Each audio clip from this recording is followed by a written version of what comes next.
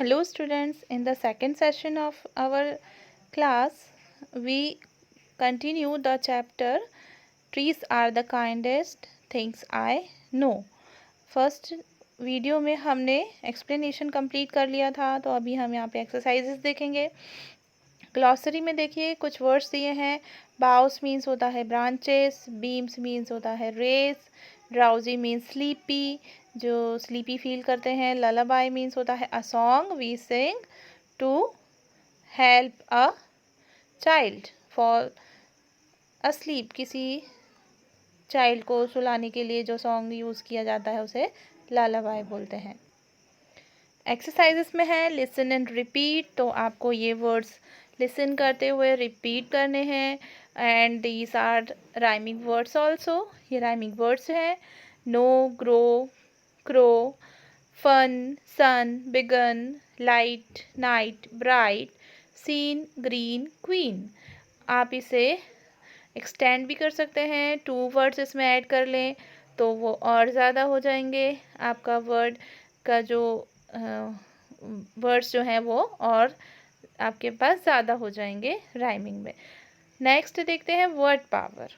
अब word power में the following words tell us about different parts of a tree, add some more words. कुछ words दिए हुए हैं यहाँ पे, ये ट्रीज़ के पार्ट्स हैं। अभी हमको इसमें मोर वर्ड्स ऐड करने हैं, तो यहाँ पे है roots, trunk, branches. Only 3 words दिए गए हैं। अभी मोर वर्ड हम देखते हैं। Here is the answer. तो जो वर्ड्स दिए गए थे रूट्स, ट्रंक, ब्रांचेस, नेक्स्ट होगा लीव्स, फ्रूट्स, फ्लावर्स, बर्ड्स।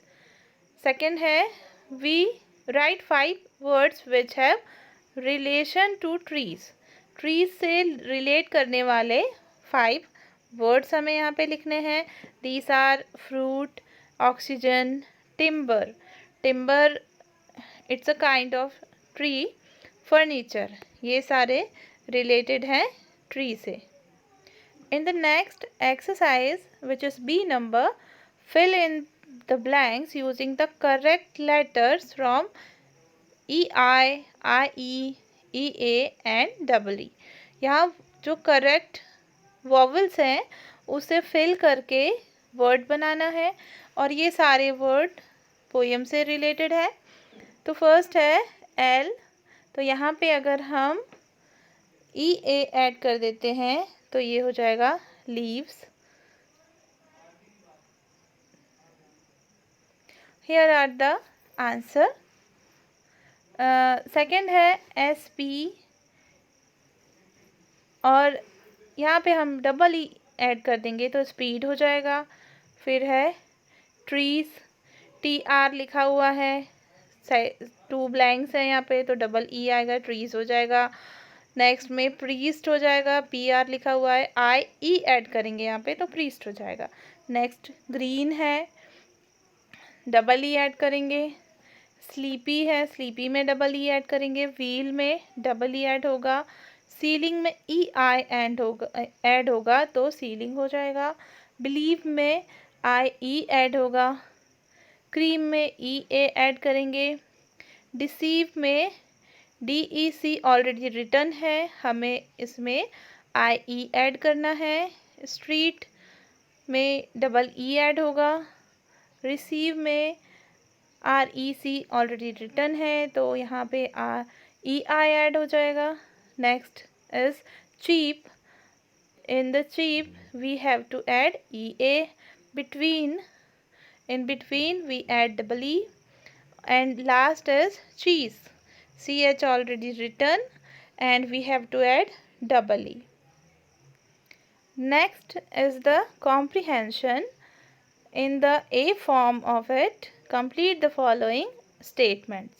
कुछ statements दिए गए हैं जिन्हें हमें complete करना है। इसे आप अपने मन से भी लिख सकते हैं। First is the trees are useful because, trees useful क्यों हैं, आप इसमें अपने वर्ड्स भी ऐड कर सकते हैं। सेकंड है trees are kind because, and third is trees are beautiful because. And here is the answer. Trees are useful because they give us many things such as school shed, fruits, wood, etc. Second, trees are kind because they do not harm to anyone. Third is, trees are beautiful because they are green and have flowers and fruits in them. आप इसमें अपने खुद के sentence भी add कर सकते हैं. Here are the some examples for you, but you can write in your own thoughts also. In the B section of comprehension, answer the following questions. Can you name two other things which are as kind as trees? क्या दो और चीज़ें ऐसी बता सकते हैं जो उतनी ही काइंड है जैसे कि ट्रीज होते हैं? तो इसके आंसर में आप लिख सकते हैं या तो एयर लिख सकते हैं, वाटर लिख सकते हैं, नेचर लिख सकते हैं. To any things what you like can write here in the answer of this question. In second question, which lines in the poem tell us about the sun and sunlight? इसके answer में मैं poem से ही आपको बता देती हूँ. जो lines हैं वो आएंगी, आपको स्टार्ट करना पड़ेगा. The lines are, then you start. They are the first when days began to touch the beams of morning sun. ये जो this lines is the answer of the question. तो ये टू लाइन्स आ जाएंगी जिन्हें आपको लिखना होगा इस क्वेश्चन के आंसर में. Next question is, the poet says they are the last to hold the light. What does they stand for? तो यहाँ पे पोएट ने कहा दे आर द लास्ट, वो लास्ट है जो लाइट को होल्ड करते हैं. What does they stand, they मतलब यहाँ पे क्या है? तो अगर आप चाहो तो क्वेश्चन से ही बना सकते हैं. यहाँ से शुरू करेंगे लिखना. दे से जब हम स्टार्ट करेंगे तो दे का टी कैपिटल बना लेंगे. दे स्टैंड में एस लगा लेंगे. They stands for the trees. They stands for the trees. तो they stands for the trees is the answer of this question. You can see the answer here also. Answer number 3, they stands for trees. In the fourth question, write the summary of the poem. Poem की summary लिखनी है with the help of the following clues.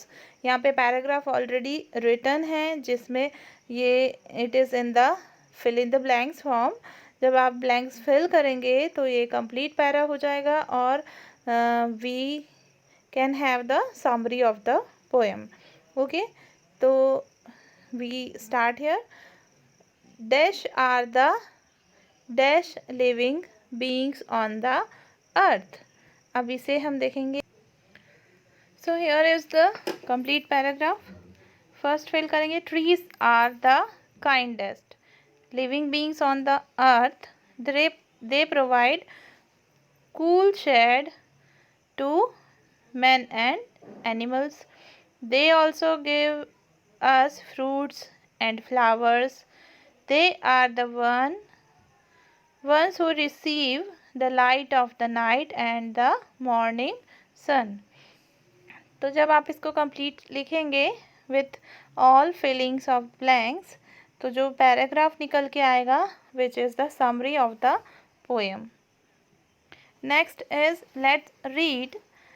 In this portion, we have a poem and some questions related to the poem, and we have to answer these questions. So, start with the poem. The world is finite. Resources are scarce. World जो है वो finite है, निश्चित है. जो resources हैं वो बहुत कम हैं. Things are bad and will be worse. जो चीज़ें हैं वो बुरी हैं और ज़्यादा बुरी हो रही हैं. Coal is burned and gas exploded. जो कोल है, कोयला, वो जलाया जा रहा है, गैस एक्सप्लोड की जा रही है. Wells are dry and air polluted. Wells जो हैं वो ड्राई हो रहे हैं और एयर पॉल्यूट हो गई है. Dust is blowing, trees are uprooted. सब तरफ डस्ट ब्लो कर रही है, ट्रीज अपरूट कर दिए गए हैं, उखाड़ दिए गए हैं। ऑयल इज गोइंग और डिप्लीटेड, जो ऑयल है वो ख़त्म हो रहा है, जा रहा है। जो ऑर्स है, जो आयरन ऑर्स जो हैं वो ख़त्म हो रहे हैं। Drains receive what is exerted, जितना भी यहाँ पे जो रिसोर्सेज है उन्हें निकालने के लिए उनको निकाला जा रहा है, बार बार बहुत एक्सर्ट किया जा रहा है। लैंड इज सिंकिंग, जो ज़मीन है वो सिकुड़ रही है, सिंक हो रही है। सीज आर राइजिंग, और सी बढ़ रहे हैं। Man is far too enterprising, और इंसान किस में लगा हुआ है? एंटरप्राइजिंग में, अपना काम बढ़ाने में। Fires will rage with man to fan it, जो फायर्स हैं वो बढ़ाए जा रहे हैं, किस लिए? जिससे कि लोगों को जो जितनी भी जो आग लगी हुई है, सब तरफ जो फायर बढ़ी हुई है, तो उसको बचाना चाहिए हमें, लेकिन जो मैन है वो उसे बचा नहीं रहा है। वो क्या कर रहा है? और उसे फैन कर रहा है और बढ़ा रहा है। Soon we will have a plundered planet, और अगर ऐसा ही रहा, ये सब कुछ कंटिन्यूअसली अगर चलता रहा, तो वो टाइम दूर नहीं है जब हमारा जो प्लैनेट है, जो अभी लिविंग प्लैनेट कहलाता है, ये कभी प्लंडर्ड प्लैनेट कहलाने लगेगा। तो यहाँ पे जो पोयम है, इसमें जो डार्क साइड है, जो ह्यूमन बिहेवियर का, जो टूवर्ड्स द नेचर, जो ह्यूमन बिहेवियर है, उसके कारण जितनी सी प्रॉब्लम क्रिएट हो रही हैं उसके बारे में बताया गया है। Now answer the following questions. Choose the right meaning of the word finite. Finite का जो राइट मीनिंग है वो बताना है। तो यहाँ पे abundance, give, limited, lacking. The right word is limited. Second, what according to the poet is depleting. Poet के अकॉर्डिंग में क्या डिप्लीट हो रहा है? तो अगर हम यहाँ पे पोयम में देखेंगे तो यहाँ पे हमको समझ में आएगा, ऑयल इज गोइंग और डिप्लीटेड। तो यहाँ पे आंसर आएगा अकॉर्डिंग टू द पोएट। इसके प्लेस में, इसके पहले हम क्या लिखेंगे? यहाँ पे लिखेंगे बिफोर इज, जो अपना आंसर है वो आ जाएगा ऑर्स। So answer of this is, according to the poet, our ores are depleting. Which line in the poem tells us about industrial pollution? अब इसके लिए जो लाइन है, coal is burnt and gas exploded, तो ये लाइन्स बताती हैं कि इंडस्ट्रियल पॉल्यूशन हो रहा है। Next, which lines in the poem warns us that our earth will soon lose all that it has. So the line is, soon we will have a plundered planet. In E number of the question, look at the meaning of the following words. यहाँ पे meaning दी है, eroded means होता है gradually destroyed, depleted means होता है reduced by a large amount, polluted means होता है made harmful, and plundered means होता है looted. Do these words suggest a bleak future for mankind? क्या ये जो वर्ड्स हैं वो मैनकाइंड के ब्लीक फ्यूचर को बताते हैं? तो यहाँ पे जो आंसर आएगा वो होगा, yes, the above word suggest a bleak future for Mankind. This is the answer. Next question is, find out the nouns from the above poem which the poet uses following adjectives for. जो कुछ adjectives दी गई हैं, इन adjectives के लिए कौन से words बताए हैं? ड्राई किसे कहा है, प्लंडर्ड किसे कहा है, बैड किसे कहा है, और फाइनाइट किसे कहा है? So here we can see dry adjective used for wells, plundered is used for planet, bad is used for things, and the last finite is used for world. Next जो है, Mehak has written a passage on trees but she has forgotten to give suggestions on how to stop falling trees. Complete the passage. यहाँ passage complete करना है, इसमें suggestions देना है कि किस तरह से स्टॉप कटिंग ट्रीज के लिए जो सजेशंस हैं वो देने हैं। तो ये आपको योर ओन थॉट्स में राइट करना है और इसमें अपने थॉट्स आप ऐड कर सकते हैं कि stop deforesting and stop cutting trees and stop to harm trees and harsh punishment for tree cutting.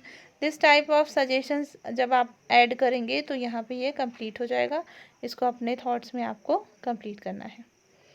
So here we complete our this session. In the next we will continue with the last portion of the chapter. Okay, goodbye.